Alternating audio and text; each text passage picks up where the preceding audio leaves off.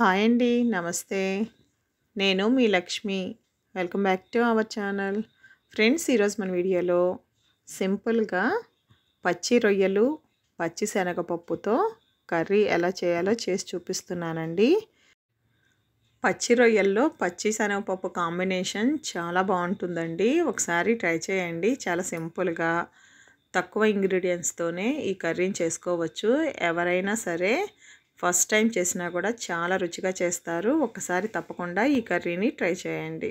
అలాగే ఈ వీడియో మీకు నచ్చినట్లయితే కనుక తప్పకుండా ఒక లైక్ చేయండి. అలాగే మన ఛానల్ని ఫస్ట్ టైం చూస్తున్నట్లయితే కనుక తప్పకుండా సబ్స్క్రైబ్ చేసుకొని ఫాలో అవడానికి ట్రై చేయండి.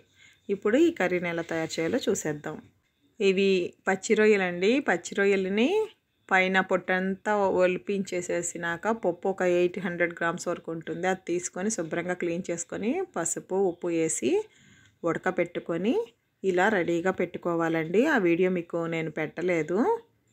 ఇప్పుడు పచ్చెనపప్పు కూడా ఒక టీ గ్లాసుడు నానబెట్టుకొని పక్కన పెట్టుకున్నానండి. ఇప్పుడు స్టవ్ వెలిగించి ప్యాన్ పెట్టుకున్నానండి. ప్యాన్ హీట్ ఎక్కిన తర్వాత 3 టేబుల్ స్పూన్స్ ఆయిల్ వేసుకోవాలి. ఆయిల్ హీట్ ఎక్కిన తర్వాత 2 రెమ్మల కరివేపాకు, అలాగే మసాలా వేసుకుంటున్నానండి. దీనిలో అల్లం వెల్లుల్లి, అలాగే పచ్చిమిర్చి, అలాగే పెద్ద ఉల్లిపాయలు ఇవన్నీ కూడా మెత్తగా గ్రైండ్ చేసుకోవాలి. గ్రైండ్ చేసుకున్న పేస్ట్ని ఆయిల్లో వేసేసుకొని మీడియం ఫ్లేమ్లో స్టవ్ ఫ్లేమ్ మీడియంలో పెట్టుకొని ఫ్రై చేసుకోవాలండి. వీటిలో పచ్చివాసన పోయే వరకు దీన్ని ఫ్రై చేసుకోవాలి. మనము మొత్తము కూడా చక్కగా ఫ్రై అయ్యి మనకి ఆయిల్ అనేది కొంచెం పైకి సైడ్స్ అంతా వస్తుందండి. అట్లా వస్తే కనుక మనకి ఈ మసాలా అంతా వేగినట్టే అర్థం అండి. చూసారు కదా, మనం వేసిన ఆయిల్ మొత్తం అయిపోయి చివర్లో కొంచెం వదులుతున్నట్టు ఉంటుంది. ఆ టైంలో ఒక 3 టమాటోలను కూడా నేను పేస్ట్ చేసి పెట్టుకున్నాను. ఆ పేస్ట్ను కూడా వేసేసి ఈ టమాటోలు మొత్తము కూడా మసాలాల్లో కలిసేలాగా మొత్తం కలుపుకొని ఈ టమాటోలు కూడా అండి చక్కగా ఉడికిపోవాలి, బాగా ఫ్రై అయిపోవాలి. ఇలా ఫ్రై అయిన తర్వాత మీరు చూడండి, ఇప్పుడు ఇట్లా ఆయిల్ వదులుతుంది కదా, అలా అయ్యే వరకు కూడా మీరు ఫ్రై చేసుకోవాలండి. అలా మనకి సైడ్స్ కొంచెం ఆయిల్ వదులుతుంది అంటే మనకి మసాలాలన్నీ కూడా చక్కగా వేగాయని అర్థం అండి. ఈ టైంలో ఒక 1/2 టీ స్పూన్ పసుపు వేసుకొని బాగా కలుపుకోవాలి. తర్వాత 1 టీ స్పూన్ వరకు సాల్ట్ని కూడా యాడ్ చేసుకొని సాల్ట్ కూడా మొత్తం కలిసేలాగా ఒకసారి బాగా కలిపేసుకోవాలండి. కలిపేసుకొని ఈ పసుపు వాసన కొంచెం పోయి ఆయిల్ అలా బయటికి వస్తూ ఉన్నప్పుడు మనం ముందుగా ఒక అరగంట సేపు నానబెట్టుకున్న పచ్చి శనగపప్పును కూడా వేసేసి ఒకసారి బాగా కలుపుకొని సిమ్లో పెట్టుకొని స్టవ్ ఫ్లేమ్ని లో ఫ్లేమ్లో పెట్టుకొని మూత పెట్టి ఒక 5 నిమిషాలు ఉడికించాలి.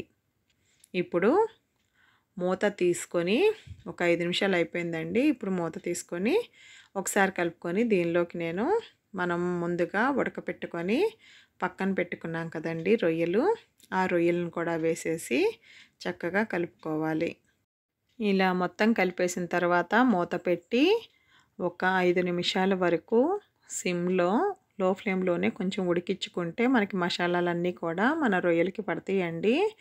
వీటిని ఇప్పుడు తీసేసి ఒక్కసారి కలిపేసుకొని మూత తీసుకొని మొత్తం రొయ్యలు కలుపుకొని ఇప్పుడు దీనిలో 1 టేబుల్ స్పూన్ కారం వేసుకోండి. మనం మసాలాలు వేసేటప్పుడు పచ్చిమిరపకాయలు కూడా వేసాం కాబట్టి చూసుకొని వేసుకోవాలి. అలాగే ఒక 1/2 టీ స్పూన్ ధనియాల పొడి కూడా వేసుకున్నానండి. ఇప్పుడు మొత్తం మన కారము మసాలా అన్నీ కలిసేలాగా కలుపుకున్న తర్వాత ఒక పెద్ద గ్లాసుతో 1 గ్లాస్ వరకు నీళ్ళు పోసుకోవాలండి.